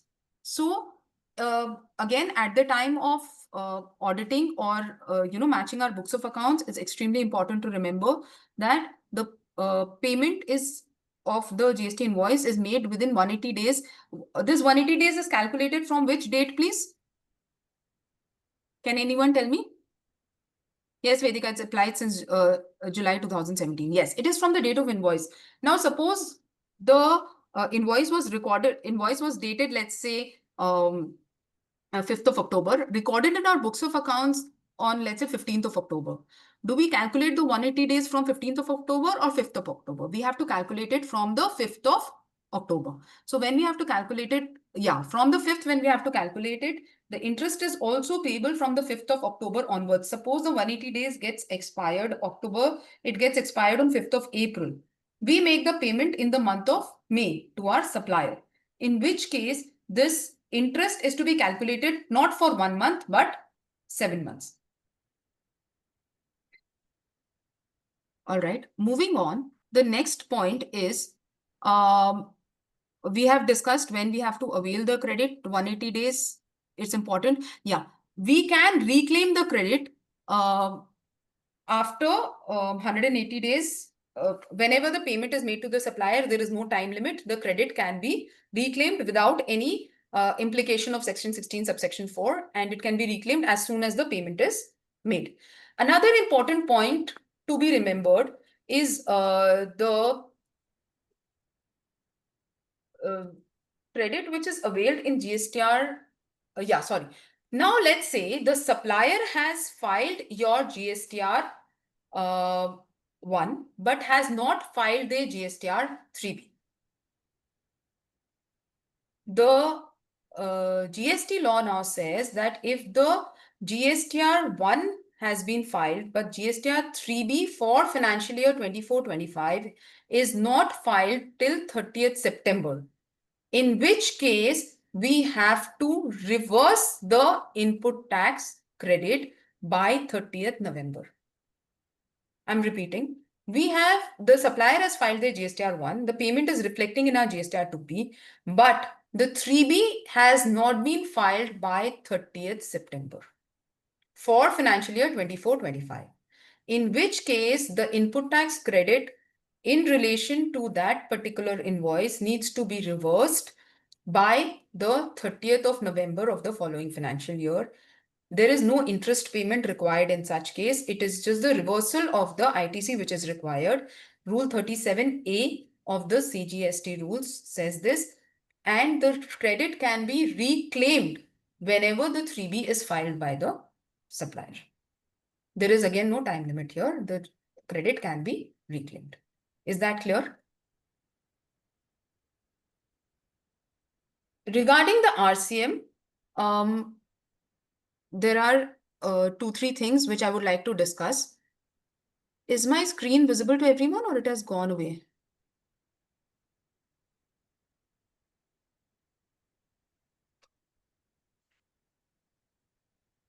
Oh, sorry. I'll just try and bring it back.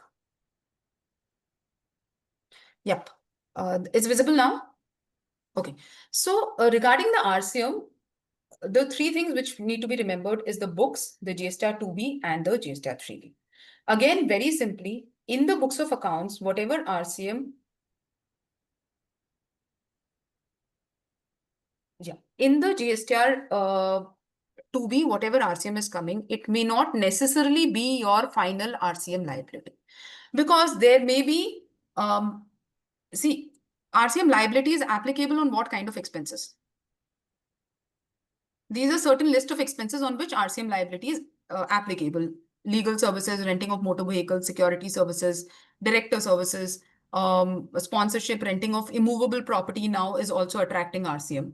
So when RCM is applicable on so many services, then it is not necessary that all the suppliers who are supplying us services on which RCM is applicable are necessarily registered under GST.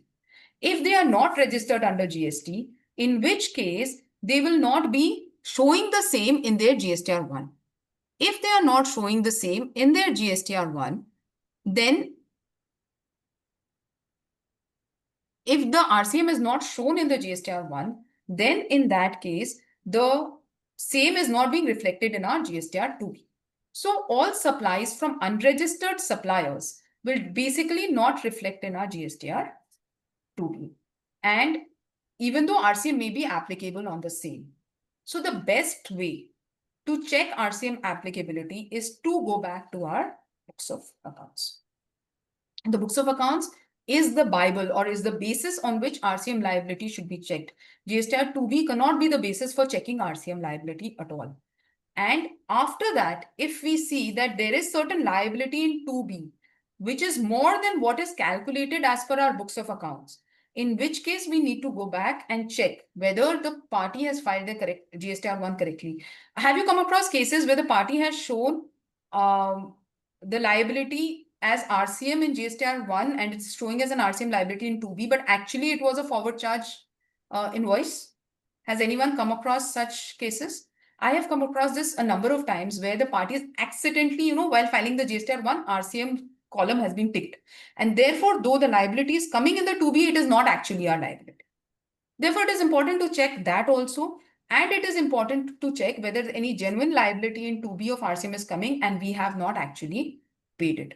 Also, what we were discussing during the output session, that where an RCM liability is shown in GSTR 2B under a particular head, it could be IGST or CGST, SGST, and as we have paid in the opposite head, it is important that we rectify it and pay it under the head as per the 2B to minimize department interference.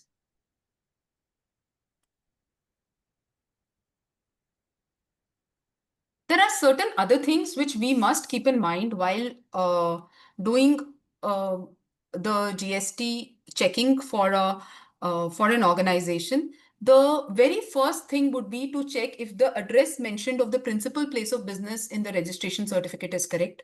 The additional places of business, many times the organization has obtained the GST registration in 2017, and after that, nobody has opened the registration certificate and checked. It is important to know whether the GST registration carries the correct details of the directors, of the contact details, of the branches, etc. in different states. Whether ISD compliances have been, ISD provisions have been complied with or not. It's extremely important to check that. Bank account details. A lot of times we are noticing that the bank account which is mentioned in our GST certificate has been closed long back and we have not bothered to update our bank account. In fact, two of our clients have received show cause notices and suspension of GST registration. They're not being able to issue e-waybill because their bank account validation did not meet and the department just suspended the registration straight away. So go back, check for all your clients, check for your own RTPs, whether your bank account is correct or not in the registration certificate. If I am not wrong, 10% of your clients would have the wrong bank account in their GST certificate. Because bank accounts over the last 7 to 8 years may have been closed, new bank accounts maybe have been opened, but nobody has bothered to change the GST registration with those bank accounts. So extremely important while doing a year-end reconciliation, while doing a year-end health checkup, hygiene checkup, to check the GST registration certificate, make sure all directors, all partners have been duly disclosed, all bank accounts have been correctly disclosed, additional places of business have been correctly shown. The principal place of business actually matches with where you are keeping your books of accounts. Extremely important.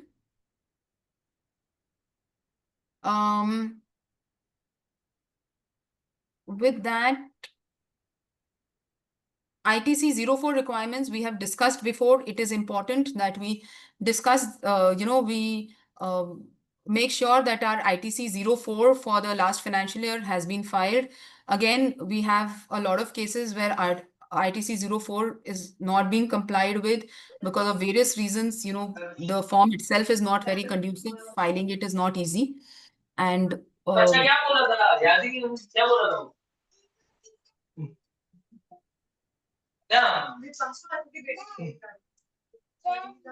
all this we need to keep in mind. I'm hoping that I have, covered most of the year-end compliances. I think the member needs to mute themselves. Mr. Sunny Agarwal, I think you need to mute yourself, please.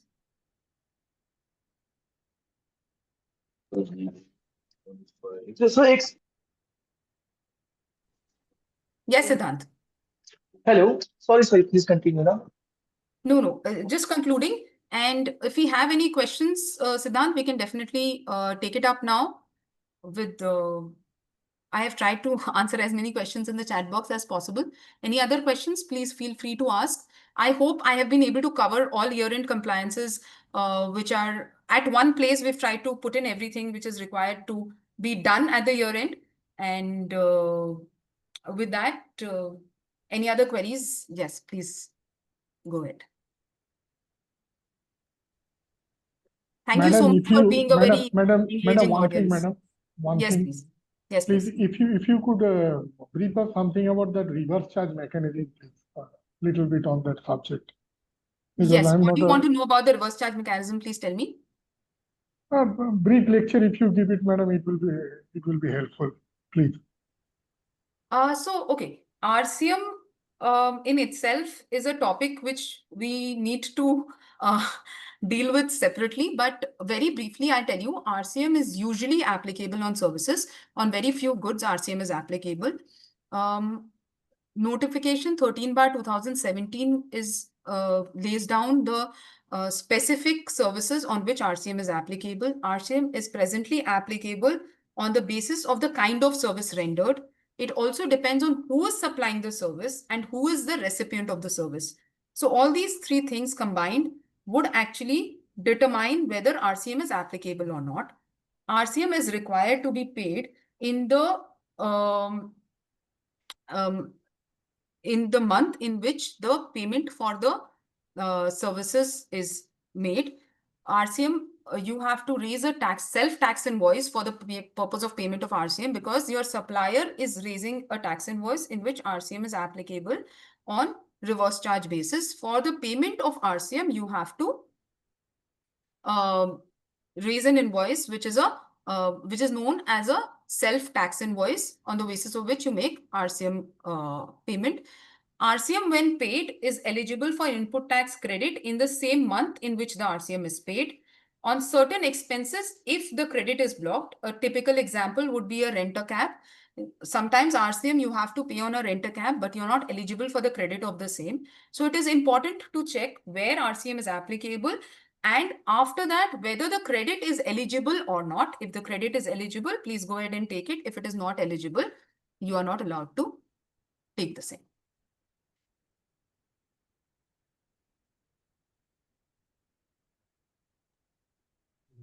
Okay, do we have a session on RCM on 14th August? I think Dhirendra ji is saying that there will be a session also on this.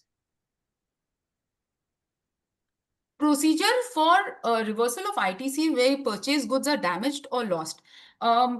Whether to report in DRC 03 or JSTAT 3B, we of course have a place in JSTAT 3B in 4B1 to report the proportionate credit once we calculate what is the amount of credit which is required to be reversed.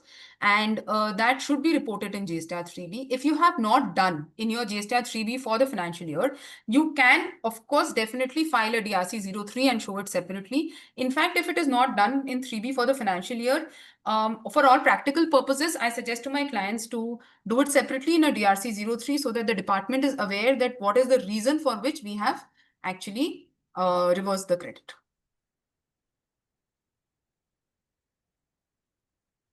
Would there be any other queries, Siddhant, or we could? Hi, just a second. Hi, am I audible? Yes. Yes, Siddhant, you're audible. We have wrapped up all the queries which has come today. And if there's any queries, so we can again reach out. We have like 5 minutes of surplus spillover. If Yeah. anyone wants to have any My end email ID discussion. and phone मेरा number एक is also there on email the ID screen. In case anyone wants to reach out on email or phone, you're most welcome. Please drop me a message or reach out to me on email, and I would be happy to take up any queries which. Ma'am मेरा एक question है आपसे हाँ जी. Ma'am जैसे credit note जैसे GST utilisation एक होता है जैसे वैट में जैसे कोई प्रोजेक्ट था वो अब जीएसटी में आ गया तो उसके होता है कि रेलवे डिपार्टमेंट जीएसटी यूटिलाइजेशन से कुछ रिकवरी भी करता है या तो कोई पैसा भी लेता है या तो सेल भी हो सकता है नहीं तो क्रेडिट नोट भी हो सकता है लेकिन ये 5-7 साल के बाद अब हो रहा है तो किसी को पैसा रिकवरी भी होता है किसी कॉन्ट्रैक्टर से और किसी को पैसा मिलता भी है तो अच्छा. मिलता है तो सेल हो जाएगा लेकिन जो रिकवरी होता है तो वहां पे क्रेडिट नोट होता है क्या मेरा वो क्रेडिट नोट हम यूज कर सकते हैं उस केस में देखिए, जीएसटी लॉ क्लियरली बोलता है कि अगर आपके पास्ट फाइनेंशियल ईयर से रिलेटेड कोई क्रेडिट नोट है तो उसको आपको 30 नवंबर के पहले पहले of the subsequent financial year disclose करना पड़ेगा. अगर वो डिस्क्लोज नहीं होता है तो आप क्रेडिट नोट के तहत अपना जीएसटी रिवर्स नहीं कर सकते हो, output liability.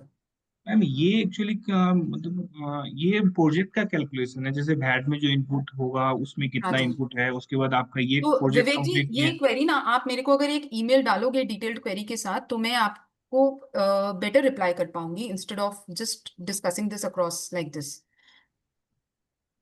If with the ma'am documents royalty का एक्सेट्रा. आरसीएम एक और क्वेश्चन है मैम हाँ जी. रॉयल्टी पे जो डिडक्शन होता है जो बिल बुक से जितने भी गवर्नमेंट कॉन्ट्रैक्ट में होता है उसमें रॉयल्टी का एक डिडक्शन होता है बिल से तो हम्म. बहुत ऑफिसर जो जीएसटी ऑफिसर या जो है बहुत सारे एक्सपेंस पे रिवर्स चार्ज क्यों बोलते हैं कि प्रिंटिंग स्टेशनरी पे क्यों नहीं है कोई परचेजिंग हाँ हुआ हाँ, है वो जो सब इट इज अ वेरी तो, फनी क्वेश्चन. वो वैट तो रिजर्व मैम में था उसको कि कैसे प्रिंटिंग टैकल स्टेशनरी. करें हम एज ए प्रोफेशनल हम उसको कैसे यू टैकल गो करें बैक टू क्योंकि 13/2017 and show them that printing and stationery के ऊपर आरसीएम नहीं है. प्लस मैम वो जो सब वर्ड कॉन्ट्रैक्ट जैसे होता है ना जिसमें हम लोग टीडीएस हम्म. काटते हैं 1% का हम्म. या उस पे भी कहते हैं रिवर्स चार्ज नहीं है एक्चुअली वो डिमांड भी खड़ा कर देते हैं हाँ हाँ. उस केस में नहीं क्या नहीं, किया जाए वो definitely we should legally fight. We should go back to 13/2017, show them that in the RCM notification there is nowhere that RCM is applicable on this particular expense, and therefore they cannot demand it. That's how we have to challenge it. In case it is not sorted at the lower level, we should definitely file an appeal against the same. RCM is applicable So, on very specified expenses, and we should definitely keep 13/2017 in front of us and in front of the officer to when we discuss applicability of RCM on expenses. so I guess we hereby wrap all the queries that we had. Hello? Yes, Siddhant, I can hear Hello. you. Yeah. So I guess, and the best part of seeing a online meeting is, कि शुरू में लोग कम होते फिर बढ़ते फिर कम होने लग जाते. यहाँ पे ऐसा नहीं था. It remained consistent. The number of people who joined this stayed throughout the end, even if it was an online certificate course. So I would like to really thank you, Dee, for taking out your 2 hours and enlightening Thank you. us, Thank you so much. It was helping, a very giving a interactive audience. holistic, We enjoyed the holistic. discussion. Yes, yes. Thank you so much, Dee, for your time, and thanks, audience. So we have to meet tomorrow again, same time on the same link. And again, once more from the ACA, thank you so much for such an amazing deliberation, covering all the points across the entire GST law and combining it in such amazingly in 2 hours. Thank you so much. Thank you. Thank you. Thank you so much. Thank you. Thank you, Thank Siddhant. you.